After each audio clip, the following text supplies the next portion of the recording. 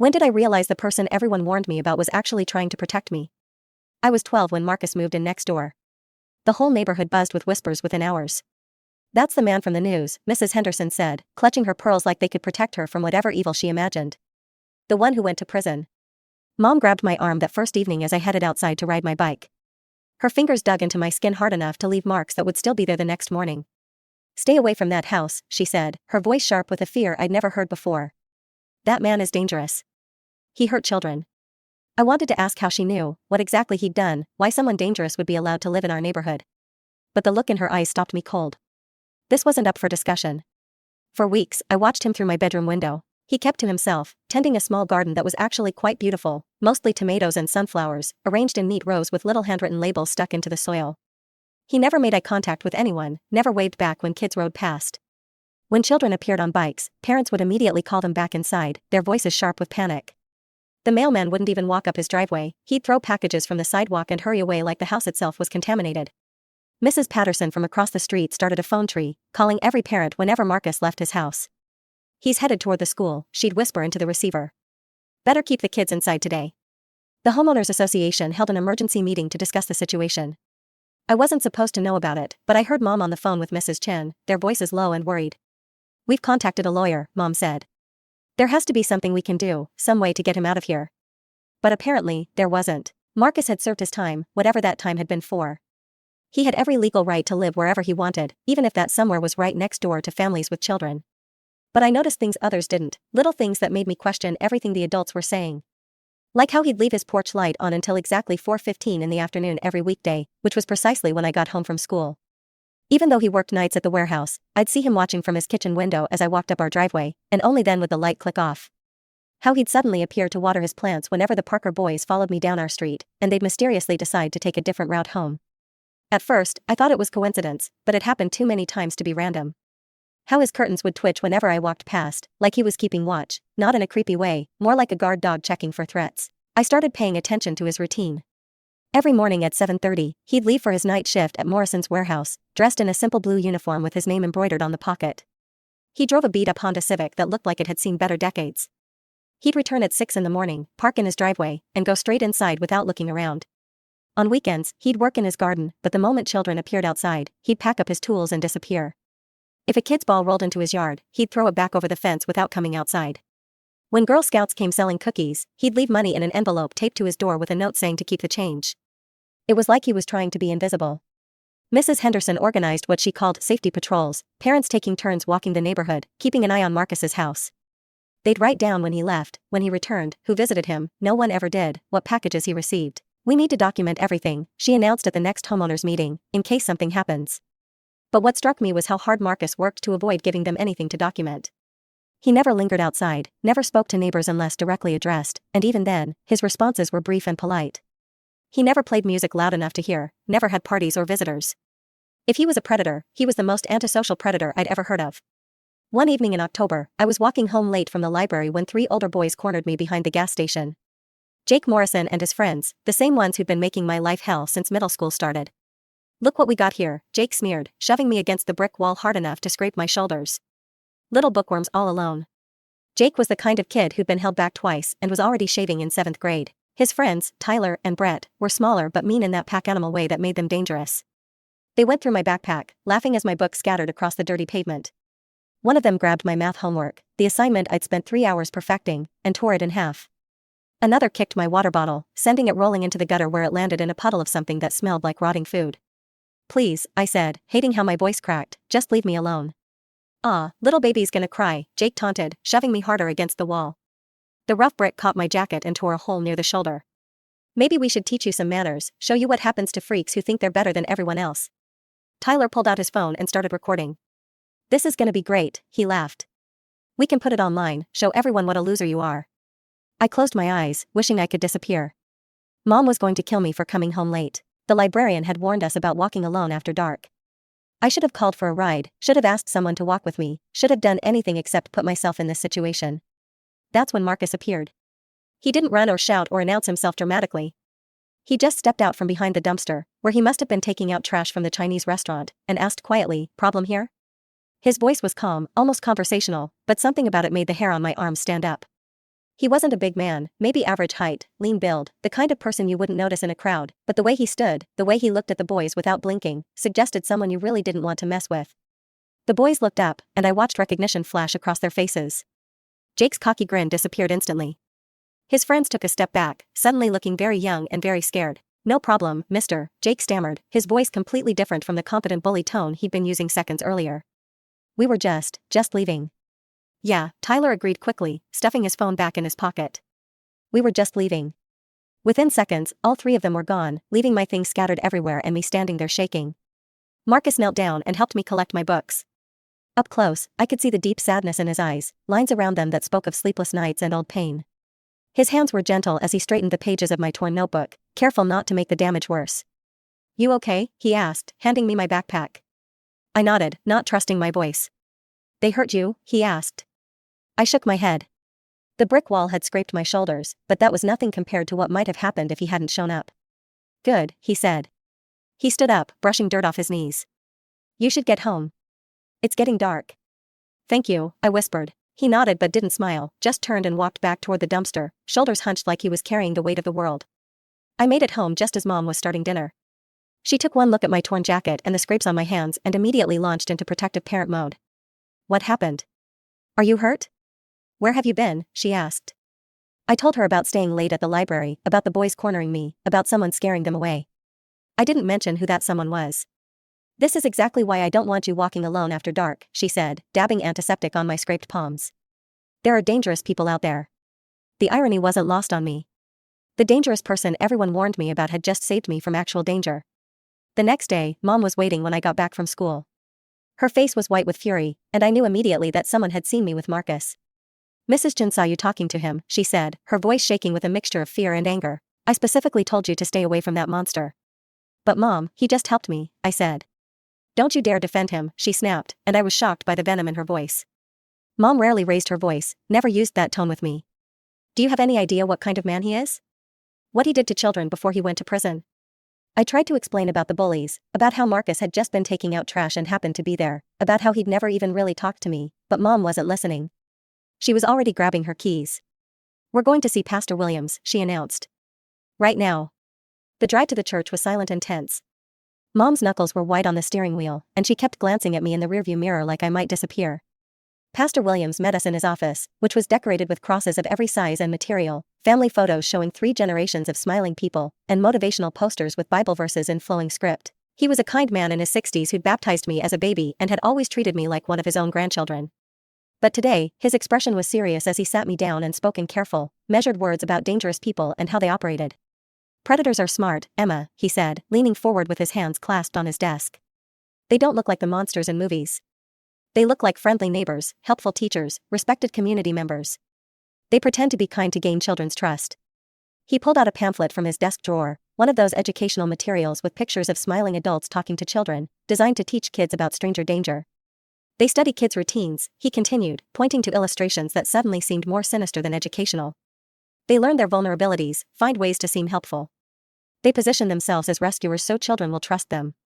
"But he didn't offer me anything," I protested. "He just scared away some bullies and told me to go home." Pastor Williams nodded gravely, like this was exactly what he'd expected me to say. "That's precisely what I'm talking about. He positioned himself as your rescuer so you'd feel grateful to him, trust him. Next time, he might offer to walk you home for safety, then maybe invite you inside for a snack or to use the bathroom." He opened the pamphlet to a page showing the progression of predatory behavior, the slow escalation from helpful stranger to dangerous situation. "That's how these men operate, sweetheart. They're patient. They build relationships slowly. They make children feel special, chosen, protected." Mom squeezed my shoulder, her grip tight enough to hurt. "This is why you need to report any contact immediately before you become his next victim," she said. I nodded and promised to stay away, but something didn't add up in my 12-year-old brain. If Marcus was hunting for victims, why did he avoid children completely? I'd been watching him for weeks, and I'd never seen him try to talk to any kid in the neighborhood. When the elementary school bus stopped at our corner every morning, he'd retreat inside his house until it left. When parents walked by with strollers, he'd turn away or find something to do in his backyard. If children's toys ended up in his yard, he'd throw them back over the fence without coming outside. For someone supposedly targeting kids, he sure went to a lot of trouble to avoid them. Over the next few weeks, I became obsessed with watching Marcus, not because I wanted to talk to him. Mom had made her position on that crystal clear, but because I was trying to understand the disconnect between what adults were telling me and what I was seeing with my own eyes.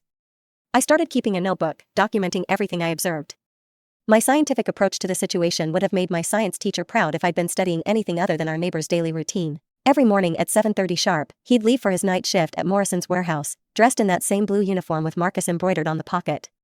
The warehouse was on the other side of town, past the industrial district where most kids never went. He'd return at 6 in the morning, looking tired, park his beat-up Honda in the driveway, and go straight inside without looking around or lingering. On weekends, he'd work in his garden, and this was where his behavior got really interesting. He positioned his small vegetable plot so he had a clear view of the bus stop where elementary kids waited each morning, but also so he could retreat quickly if any of them approached. I watched him plant tomatoes, sunflowers, green beans, and herbs in neat rows with little handwritten labels. His garden was beautiful, clearly the work of someone who cared about growing things properly. But the moment children appeared outside, he'd pack up his tools and disappear inside. It was starting to feel less like stalking behavior and more like protection. One Saturday morning, I decided to test my theory. Instead of staying inside like Mom preferred, I sat on our front porch with a book, clearly visible from Marcus's yard. Sure enough, within minutes of settling into the porch swing, I saw his curtains twitch, but he didn't come outside, didn't try to talk to me, didn't even wave. Instead, he stayed at his window, and I realized he was watching the street when a white van I didn't recognize drove slowly past our house. Marcus moved to a different window to keep it in sight. When it turned around and came back, he stepped onto his porch. The van kept driving, but Marcus stayed outside for another 10 minutes, watching. When I told Mom about the van, she was immediately concerned. What kind of van? Who was driving? She asked. But when I mentioned that Marcus had been watching it too, her expression changed. He was probably the one driving it earlier, she said dismissively. Predators often case neighborhoods looking for opportunities. That didn't make sense to me. If Marcus was casing our neighborhood, why would he then stand on his porch to scare himself away? I started paying more attention to the details Mom and other adults seemed to miss or dismiss. Like how Marcus had installed motion sensor lights around his property, not just for his own protection, but positioned to illuminate the street in front of our house and the Chen's house next door. How he'd started parking his car in his driveway instead of his garage, creating a clearer line of sight to the street. How he'd trimmed the hedge between our properties so it wouldn't block his view of our front door. If I didn't know better, I'd think he was setting up a security system to protect the neighborhood. One afternoon, I decided to test my theory more directly. Instead of walking straight home from school, I took a detour through Riverside Park, where older kids sometimes hung out smoking cigarettes and causing trouble. It was risky, Mom had specifically forbidden me from going there alone, but I needed to know if my suspicions were correct. Sure enough, Jake Morrison and his crew were there, sprawled on the picnic tables near the basketball court. They spotted me immediately. Well, Jake called out, flicking his cigarette toward me. If it isn't our little friend. I tried to keep walking, but they surrounded me, blocking the path back to the street. My heart was pounding, but I kept my expression neutral. If my theory was right, if Marcus was really watching over our neighborhood. You look scared, Brett observed, grinning in that mean way that made my skin crawl.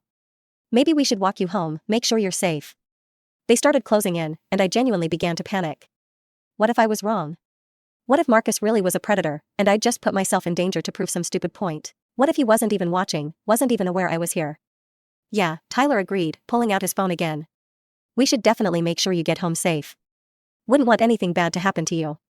The way he said it made it clear that bad things were exactly what he had in mind. That's when I heard footsteps behind me. There's my neighbor, Marcus said casually, like we were old friends who'd planned to meet at the park. Ready to head home, Emma? Jake and his friends immediately backed off. They didn't run this time, but they moved away from me, suddenly very interested in their cigarettes and phones. Yeah, I managed, my voice only shaking a little. Ready. Marcus walked beside me in comfortable silence until we reached the edge of the park. Then he stopped. That was reckless, he said quietly, without looking at me.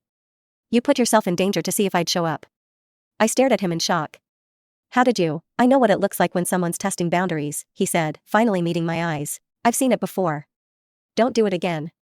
Those boys are more dangerous than you realize. How did you know I was there? I asked. I didn't. I was walking to the store and heard voices. Recognized yours, he said. He started to walk away, then turned back. And Emma, next time you want to know something about me, just ask. Don't put yourself at risk for answers. That night, I lay in bed thinking about his words. How had he known I was testing him? And why did he seem more concerned about my safety than angry about being watched? I decided to take his advice. The next Saturday, I found him in his garden and approached the fence between our yards. He looked up from weeding his tomato plants, surprised but not unwelcoming. You said I could ask, I said, gripping the chain link fence between us. He set down his small shovel and gave me his full attention. Up close, I could see that his eyes weren't just sad, they were haunted, like someone who'd seen things he wished he could forget. "Why does everyone think you hurt children?" I asked. His face went very still. For a long moment, he didn't answer. I could hear birds chirping, a dog barking somewhere down the street, the distant sound of someone mowing their lawn. Then he sighed deeply, like he was releasing a breath he'd been holding for years. "Because I did hurt someone," he said finally. "Just not the way people think." Before I could ask what he meant, Mom's voice cut across the yard like a whip. "Emma Marie Johnson, get away from that fence right now." She was standing on our porch, phone in hand, looking ready to call 911. I started. "Inside. Now," she said. The tone of her voice told me this wasn't up for discussion. That evening, Mom sat me down for the most serious conversation of my life. She'd called Pastor Williams, who'd called someone at the police station, who'd reminded her of Marcus's parole restrictions. Apparently, talking to minors was a violation that could send him back to prison. "Do you understand what you've done?" Mom asked, her voice thick with worry and anger. "You could have sent him back to prison. And worse, you could have put yourself in terrible danger." "But he didn't do anything wrong," I protested. "He just answered my question." "That's not the point," Mom said, running her hands through her hair in frustration. "The point is that you deliberately disobeyed me. You put yourself at risk. You interfered with a convicted criminal's parole." I wanted to tell her about the bullies, about how Marcus had never made me feel unsafe, about all the little things that suggested he was protecting rather than hunting. But I could see the fear in her eyes was real, and arguing would only make things worse. "Promise me," she said, gripping my shoulders. "Promise me you'll stay away from him. No more watching. No more questions. No more contact of any kind." I promised, but I couldn't stop thinking about what Marcus had said. He'd hurt someone, but not the way people thought. What did that mean? Late that Thursday night, I heard shouting from Marcus's yard. I peeked through my curtains and saw 3 men surrounding him on his front lawn. They were all bigger than Marcus, dressed in dark clothes, their faces twisted with anger. "We know what you did," one of them yelled, shoving Marcus backward. "We know why you were in prison, you sick freak. Kids aren't safe with you around." Another shouted, pushing him from a different direction, "Maybe we should take care of this problem ourselves." Marcus stumbled but didn't fight back, didn't even raise his hands to defend himself. "I understand why you're angry," he said quietly, his voice calm despite being surrounded by 3 men who clearly wanted to hurt him. "I understand why you don't want me here." "Then leave," the first man spat.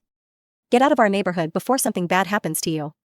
"We've got kids," another added. "We're not going to stand by and let some child molester live next door to our families."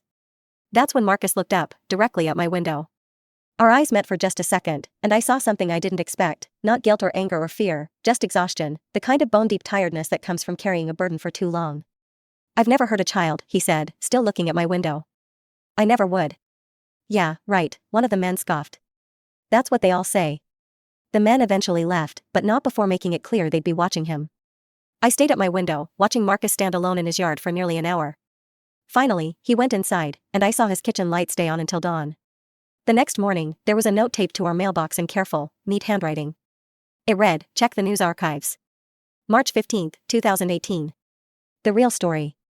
I waited until Mom left for her Saturday errands, then rode my bike to the public library downtown. The reference librarian, Mrs. Martinez, helped me access the newspaper archives on one of the computers. My hand shook as I typed in the date Marcus had specified, March 15, 2018. There it was, buried on page 3 of the local section with a headline that made my heart stop, "Local man sentenced for assault on registered sex offender." My stomach dropped as I read the first paragraph. The article wasn't about Marcus being dangerous, it was about him being arrested for attacking someone else, someone who was the actual predator. According to the report, Marcus Torres had discovered that his neighbor, David Kellerman, was sexually abusing multiple children in their neighborhood. The article was sparse on details, but it painted a picture that was completely different from what everyone in our current neighborhood believed. Marcus had been living in a different part of town 3 years ago. He'd noticed strange patterns around Kellerman's house, children going in happy and coming out upset, parents dropping kids off for tutoring sessions that seemed to leave the children traumatized, a pattern of behavioral changes in neighborhood kids that concerned him. When police failed to act on Marcus's reports, he'd confronted Kellerman directly. The confrontation turned violent, and Marcus was arrested for assault and battery. But buried deeper in the article was a quote from Detective Sarah Mills that changed everything. While Mr. Torres's actions were legally wrong, his persistence in reporting suspected abuse likely prevented further victimization. Several children have since come forward with allegations against Mr. Kellerman, who is now facing multiple felony charges. I kept reading, my hands trembling as I scrolled through related articles. David Kellerman had been living in Marcus's old neighborhood for over a decade. He'd been a respected member of the community, ran a youth group at the local community center, offered free babysitting services to struggling single parents, hosted sleepovers and camping trips for underprivileged children, all while systematically abusing them. The same pattern Marcus had recognized and tried to stop. I found follow-up articles from the weeks and months that followed. 17 children eventually came forward with testimony about abuse that had been happening for years. David Kellerman was sentenced to life in prison without the possibility of parole. And Marcus Torres, the man who'd sacrificed his freedom to stop a monster, was labeled as a violent criminal by everyone who only heard part of the story. I printed every article I could find and stuffed them into my backpack. The more I read, the clearer the picture became. Marcus had been the first person to report David Kellerman to authorities. When his initial reports were dismissed as the complaints of a paranoid neighbor, he'd started documenting evidence, photos of children leaving Kellerman's house looking upset, recorded license plates of parents who dropped kids off for tutoring sessions, even followed Kellerman to public places to document his interactions with children. For months, Marcus had tried to build a case through proper channels. He'd contacted police, Child Protective Services, the school district, even the FBI field office. Everyone told him the same thing: suspicion wasn't evidence, and they needed more than one man's accusations to launch an investigation. So Marcus decided to get the evidence himself. According to court records I found in the library's legal database, Marcus had confronted Kellerman directly, demanding he stop abusing children. When Kellerman laughed and threatened to have Marcus arrested for harassment, something in Marcus snapped. The fight sent Kellerman to the hospital with 3 broken ribs, a concussion, and a shattered wrist. It sent Marcus to prison for 3 years on assault charges, but it also opened the floodgates for Kellerman's victims to come forward. Within weeks of Kellerman's hospitalization, children started telling their parents what had been happening during those tutoring sessions and camping trips. The investigation expanded rapidly as more victims were identified, more evidence was collected, more charges were filed. By the time Marcus was sentenced, David Kellerman was facing 17 counts of child sexual abuse, 43 counts of child pornography possession, and multiple counts of child endangerment. Marcus had been right about everything, and everyone had punished him for it. I sat in that library chair, staring at the computer screen, feeling sick about everything our neighborhood had gotten wrong. Every adult in our current community had failed to learn the truth about the man living among us.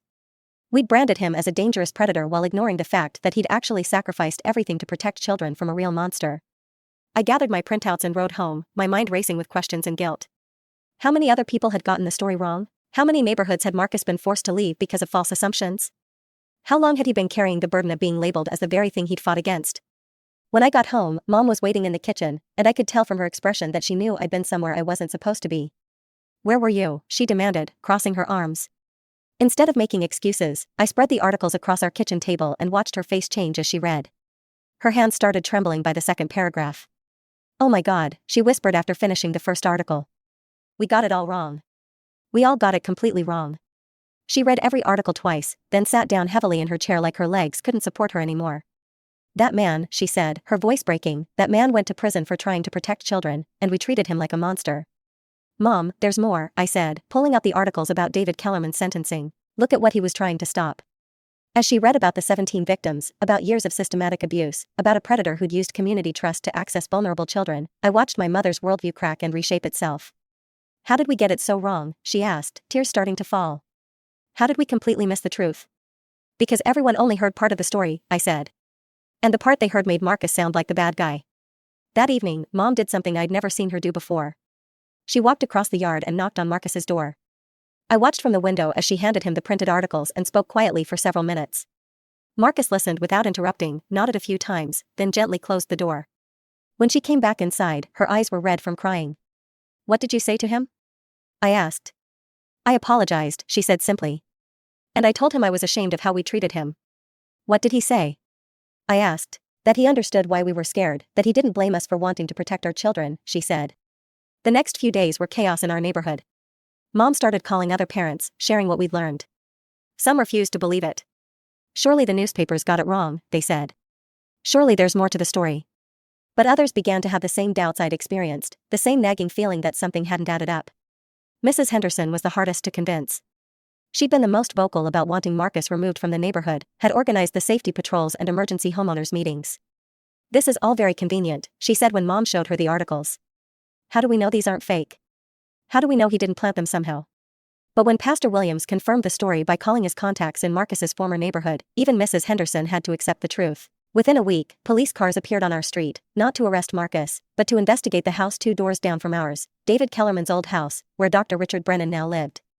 The same Dr. Brennan who'd moved into the neighborhood 2 years earlier, shortly after Marcus's release from prison. The same Dr. Brennan who'd positioned himself as a child safety expert, hosting community workshops about protecting children from predators. The same Dr. Brennan who'd started an after-school tutoring program that met at his house twice a week. The same Dr. Brennan who'd volunteered to counsel children who'd been traumatized by news of the Kellerman case. And the same Dr. Brennan who'd been corresponding with David Kellerman in prison, continuing the work his mentor had started. When police raided Dr. Brennan's house, they found evidence that made even hardened investigators sick: hundreds of images and videos, documentation of ongoing abuse involving at least 12 children from our neighborhood, including my friend Jenny, who'd been tutoring there twice a week for the past year. That's when everything clicked into place with horrifying clarity. Marcus hadn't just been avoiding children to protect himself from false accusations, he'd been watching Dr. Brennan. All those times I'd seen him looking toward that house, all those strategic positions in his garden, all those careful routines, he'd been gathering evidence again. But this time, he'd been smarter about it. This time, he'd learned from his mistakes. Instead of confronting the predator directly, he'd been documenting everything, building an airtight case, waiting for the right moment to present evidence that couldn't be dismissed or ignored. The manila envelope Detective Mills collected from Marcus contained 3 years of careful documentation, photos taken with a telephoto lens showing children entering and leaving Dr. Brennan's house, license plate numbers of parents who dropped kids off for tutoring, behavioral observations of children before and after their sessions, even recordings of conversations between Dr. Brennan and David Kellerman made during prison visits that Marcus had somehow documented. He's been working on this case for 3 years, Detective Mills told the gathered crowd of parents and reporters. Mr. Torres provided the key evidence that allowed us to build a prosecution case. The night Dr. Brennan was arrested, I found Marcus standing in his backyard, staring at the police cars surrounding the house 2 doors down. I walked over, ignoring Mom's worried calls from our porch. "You knew?" I said. "This whole time, you knew he was hurting kids." Marcus looked at me with those same tired eyes I'd been seeing for months. "I suspected from the day he moved in," he said. "Kellerman had mentioned him in letters. I knew he was coming." "Why didn't you report him immediately?" I asked. "I did, multiple times," he said. "But I'm a convicted felon reporting on a respected psychiatrist." Who do you think they believed? The weight of his words hit me like a physical blow. He'd been trying to protect us for 3 years, and no one had listened because of his criminal record. "So you just watched?" I asked. "I watched. I documented. I gathered evidence that couldn't be dismissed," he said. "And I tried to keep kids safe without being able to save them." His voice cracked slightly. "Do you have any idea what that's like, knowing children are being hurt and being powerless to stop it immediately?" Detective Mills approached us, her expression respectful. "Mr. Torres, we're going to need your full statement, and we'll need to go through all your documentation," she said. Marcus nodded and handed her a thick manila envelope. "Everything's organized by date, photos, behavioral observations, correspondence records, even financial transactions that seem suspicious," he said. "This is incredible work," Detective Mills said, flipping through the materials. "You basically did our job for us." "I had 3 years of practice," Marcus replied quietly. Over the following weeks, our neighborhood transformed completely. Parents who had crossed the street to avoid Marcus now brought him home baked goods and tearful apologies. Children who'd been taught to fear him learned he'd been the guardian angel they never knew they had. Mrs. Henderson organized what she called an apology campaign, neighbors taking turns visiting Marcus to express their regret for how they treated him. She was the first in line. "I ruined your life," she sobbed on his front porch. "I organized the whole neighborhood against you. I made everyone afraid." "You were protecting your grandchildren," Marcus told her gently. "I can't fault you for that." But Marcus never showed anger or bitterness, even when people offered elaborate apologies and explanations. When neighbors tried to organize a fundraiser to help him, he declined. When they offered public recognition, he refused. When the local news wanted to do a story about the man who'd solved the case, he said, "No interviews." "I didn't do this for recognition," he told the reporter who kept calling. "I did it because children deserve to be safe." The community tried everything to make amends. The Homeowners Association voted to give him a special recognition award. The city council wanted to present him with a key to the city. Parents offered to pay for home improvements, car repairs, anything he needed. Marcus politely refused everything. "I don't need recognition," he told Mom when she asked what the neighborhood could do to make up for their treatment. "I just need to know kids are safe." 3 months after Dr. Brennan's arrest, Marcus put his house up for sale, not because of continued harassment that had stopped completely, not because people still feared him, they'd moved to the opposite extreme of treating him like a hero, but because he'd finally found something he'd been searching for since his release from prison 3 years earlier: peace. He'd spent years carrying the burden of being labeled as the very thing he'd fought against. He'd endured harassment, isolation, and constant suspicion while quietly working to protect the children who feared him. Now, finally, the truth was known. The real monster had been caught. The neighborhood was safe. His work was done. The day before he moved out, Marcus left me a note: "Emma, thank you for being brave enough to look for the truth when all the adults around you had stopped trying. You saw things they missed, asked questions they were afraid to ask, and refused to accept easy answers to complicated questions. Keep questioning what people tell you, especially when something doesn't feel right. The most important truths are often the ones that make people uncomfortable. You have good instincts, trust them.